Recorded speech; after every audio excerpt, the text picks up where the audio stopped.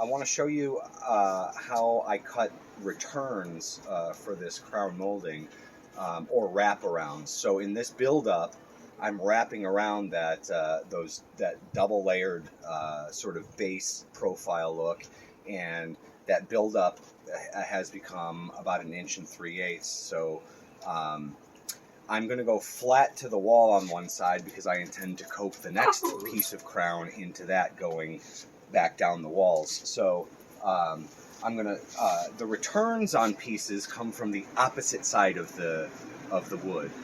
Just imagine that if you cut a miter, the next one would come and wrap around right next to it. So that's sort of the principle of this, and I'm going to cut one return or wrap around from each side of this piece of crown molding. I'll show you. Start with the outside 45. Again, super easy. No calculations or anything with miters and bevels. You've got your crown stops and set up just like it would be on the wall. An outside 45 is an outside 45.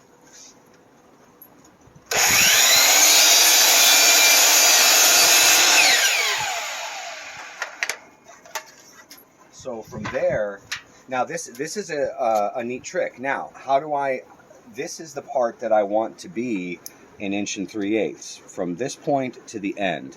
How do I get that measurement? And something I found to work very well is moving my piece to the very end of the fence, right there. So I can, so that point is at the very end of the fence, as though this was going to go ahead and wrap around that. So now I have something to pull a measurement from. It's impossible to pull a measurement from that point.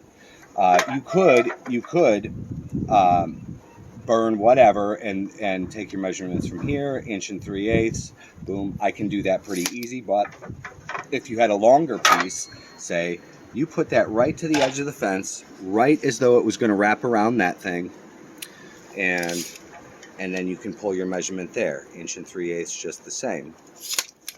Okay, so that is exactly where I'm going to cut this piece, and it's going to be flat. Again, I intend for the next piece to cope into this one.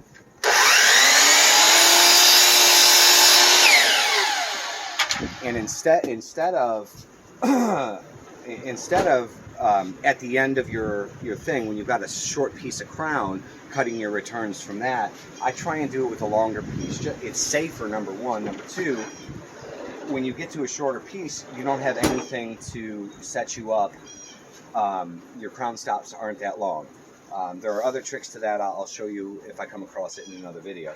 But I'm going to cut the second return from the opposite side, outside 45 to start.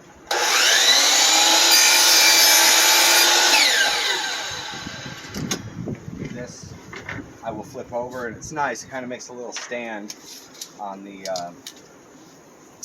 crown stop there.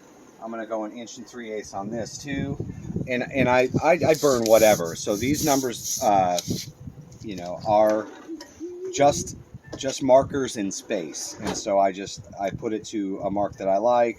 It happens to be 7, and I back up 1 3/8 inches on this. Put my mark and carry it over to the front side so you can see it, and we'll go.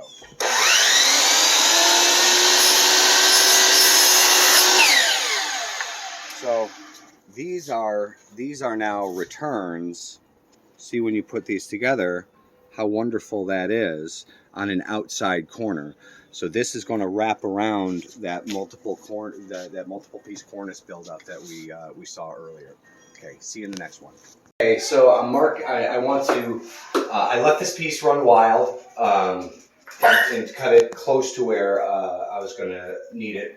Always remember, hey, you have to make room for, you know, the crown as it's coming out over this this corner. So I'm going to wrap this corner, and what I've done is slide my cope into this corner. So you see, I've got a piece running flat to flat, wall to wall on this. then my cope, which is actually, maybe I mentioned earlier that is a 15-degree angle.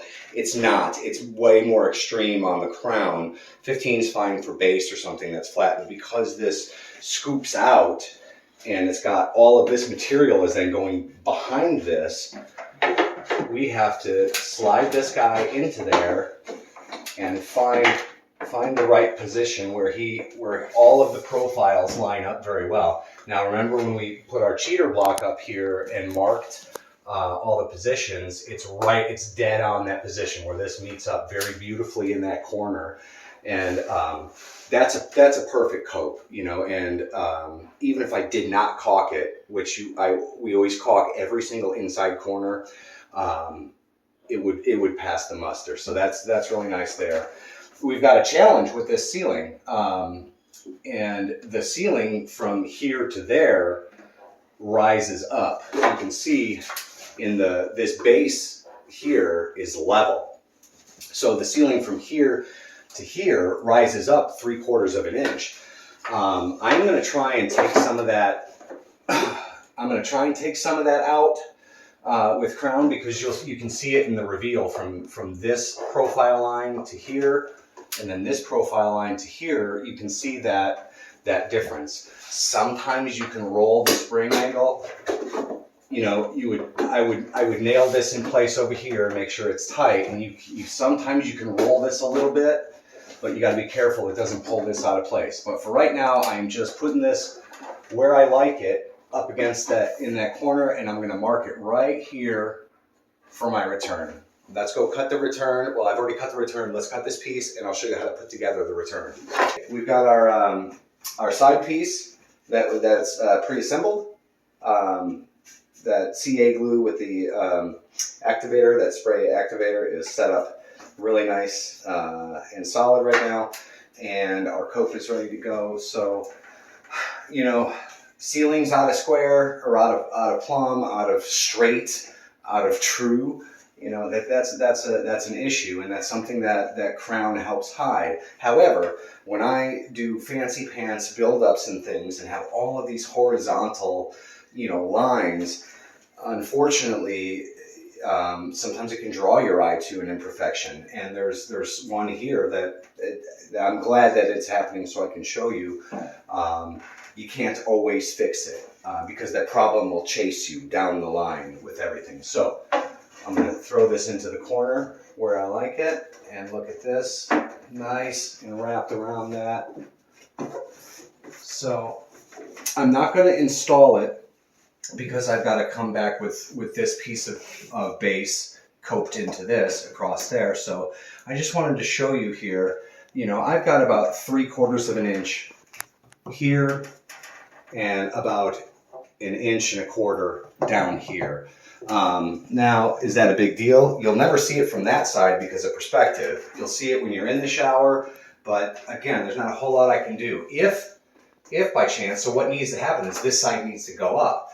Now, the only way that it can go up is if I change the spring angle on it, which this piece is too short, and I can't change the spring angle. Or I can go up into the ceiling or the lid sheetrock. I can cut that out and push the molding up there. Problem is, I'm going to have to do that with the piece that comes over and joins into it next. So the problem will just chase you down the line. So you're going to have to deal with it at some point and accept reality too. So our job is to make imperfect things look perfect, but sometimes you just can't do it to your expectations. Nobody in the right mind will ever really pick this out, but it'll be something that reminds me forever that more diligence should have been taken in prepping the ceilings. I'm guessing what happened is the sheetrock, when it was installed, got pushed up in this corner and just screwed to some blocking that was up there without even checking if this thing was in the same plane. So, I mean, how can a person really take into consideration all of those factors? Man, it just takes a lifetime of screwing things up and watching them fail to understand where this failure came from, and that I bet is exactly where it happened. When this lid was put up, the sheetrockers just attached to some blocking up there, not even checking to make sure it was in the same plane. So then everything rolls downhill to the trim carpenter, and we've got to fix it. The only guy that's got a worse job than us is the painter, because he's then got to plug all of our holes and finish everything. Luckily, that's me too. So that's our little soiree into Crown for today. I'll show you some other really cool stuff as I progress in this room.